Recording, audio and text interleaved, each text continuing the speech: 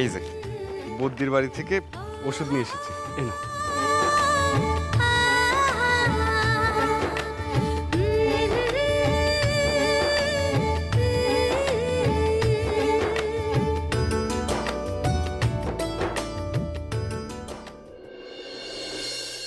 দাদা, জমি বিক্রি করে যে টাকাটা আমাকে দিয়েছো সেখানে তো 300 টাকা কম আছে।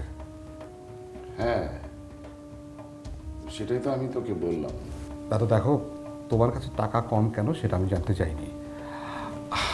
আমি শুধু জানতে চেয়েছি টাকাটা তুমি কোথায় খরচ করো, সেটা অন্তত আমাকে তো তুমি বলতে পারো। না, আমি তোকে সেটা বলতে পারবো না। কেন? এটা তো পরিবারের টাকা। তাহলে আমি কি পরিবারের কেউ না? দাদা, তুমি আমাকে ভুল বুঝছো। টাকাটা তুমি যেখানে খুশি খরচ করতে পারো, কিন্তু কিন্তু আবার কি? আমি তো বলেছি আমি তোকে বলতে পারবো না। আমি বুঝতে পারছি না বলতে তোমার আপত্তিটা কোথায়। আমিও কিন্তু বুঝতে পারতেছি না তুই বা জানার জন্য এত পিড়াপিড়ি করতেছিস কি জন্য। দাদা, কিছু কথাবার্তা কিন্তু আমার কানেও আসে, সেগুলো ভালো না মন্দ সেই বিচার আমি যাচ্ছি না। দেখো দাদা, আমার কিন্তু চিন্তাটা তোমাকে নিয়ে। আমাকে নিয়ে তোর চিন্তা করা লাগবে না। তুই বরং মাসে মাসে আমার রোজগার থেকে টাকা কাটে রাখিস, আর কিছুদিন না হয় আমার আর আমার বউকে খেতে দিস না, বাস। ছি, ছি, ছি, ছি। দাদা, তোমার মুখে কি কোনো কথা আটকায় না? তোর বলতে খুব আটকাচ্ছে, তাই না? আমি তোমার কাছে কি জানতে চেয়েছি, টাকাটা তুমি কোথায় খরচ করেছো, এই তো সেটা বলে দিলেই পারো, কিন্তু না। আমি তো বারবার বলতেছি যে টাকাটা আমি কোথায় খরচ করছি সেটা আমি বলতে পারবো না। আর বরং তুই আমার কি করতে পারিস, বরং তুই আমার চোর সাব্যস্ত করতে পারিস, তা কি আমি তারপর বলতে পারবো না, পারবো না। এইসব তুমি কি বলছো? তুমি এই পরিবারের সবার বড়, তুমি যদি এমন কথা বলো আর লোকে যদি শোনে।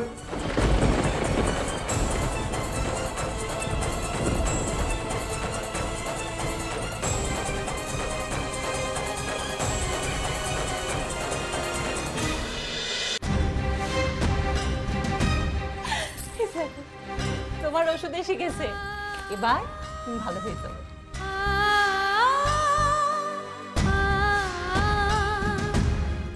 তুমি অনেক ভালো ভাবি। তুমি নাকি আমার বাসাইতে চাও? বসতে খেয়ে না চাই বলো, কিন্তু সবার ভাগ্যে তো আল্লাহ লম্বা জীবন লেখে পাঠায় নাই। আল্লাহর লেখা তুমি কি পড়তে পারো? আমি বলছি তুমি আরো অনেকদিন বাঁচবে। আমি জানি আমি আর বেশি দিন থাকবো না।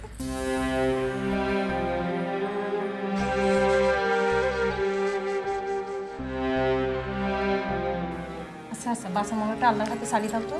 এখন তুমি ওষুধ খাবে।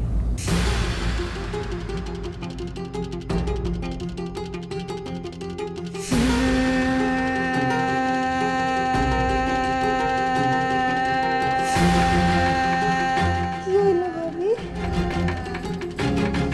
এখন কি তুমি বুঝতে পারতেছ না?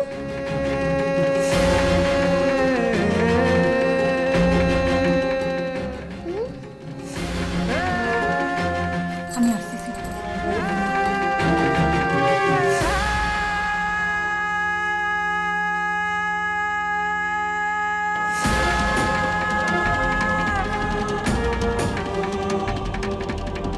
শুনছেন?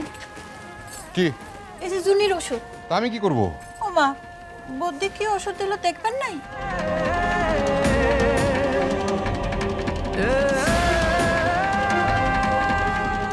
এটা দিনে একবার, রাতে একবার, আর ভেতরে যেটা আছে বিকেলে মধু দিয়ে।